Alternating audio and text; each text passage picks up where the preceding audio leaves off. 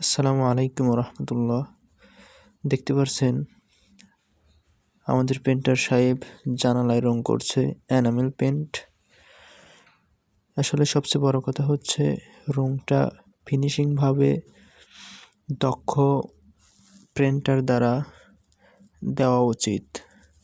আসলে রংটা দেওয়ার ভেতরেও অনেকটা পার্থক্য থাকে।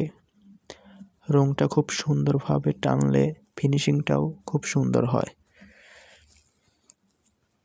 তাই আমরা দক্ষ পেন্টার দ্বারা জানালার রংটা করছি। তিনি খুব ভালোভাবে রংটা টানছে, দেখতে পাচ্ছেন 3 ইঞ্চি বিরাজ দিয়ে 3 ইঞ্চি বিরাজ দিয়ে রংটা সব জায়গায় ভরে দিচ্ছে। খুব ভালোভাবে এখানে একজন পেন্টার গ্রিল রং করছে মাস্টার রোলার দিয়ে। খুব সুন্দরভাবে টার্কিশ কালার পেস্ট কালারটা পেন্টার সাহেব করছে। দেখতে পাচ্ছেন গ্রিলটা রং করছে মাস্টার রোলার দিয়ে।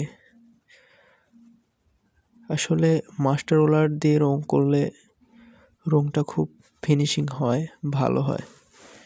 পাতলা করে মাস্টার রোলার দিয়ে 2 কোট রং করলে রংটা খুব ফিনিশিং হয়। এনামেল পেন্ট পাতলা করে 2 কোট দেওয়াই উত্তম, কেননা মোটা করে দিলে এনামেল পেন্টটা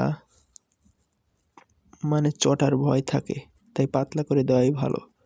এখানে রুমের ভেতরে আমরা এসপিডি রং করেছি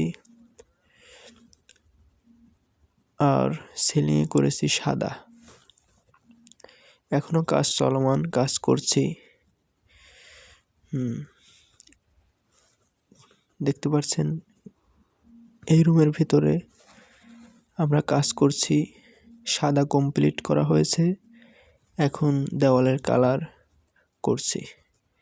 রোলার দ্বারা দেওয়ালের কালার লাগাচ্ছি। খুব সুন্দরভাবে 2 টান রং দেওয়ালে দিতে হবে সব জায়গায়।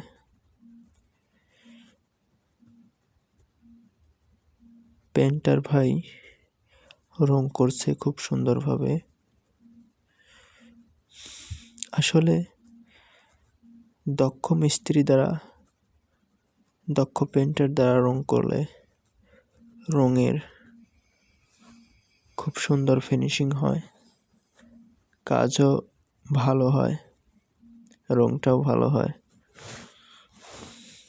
তাই আমরা দক্ষ পেন্টার দ্বারা রং করে থাকি।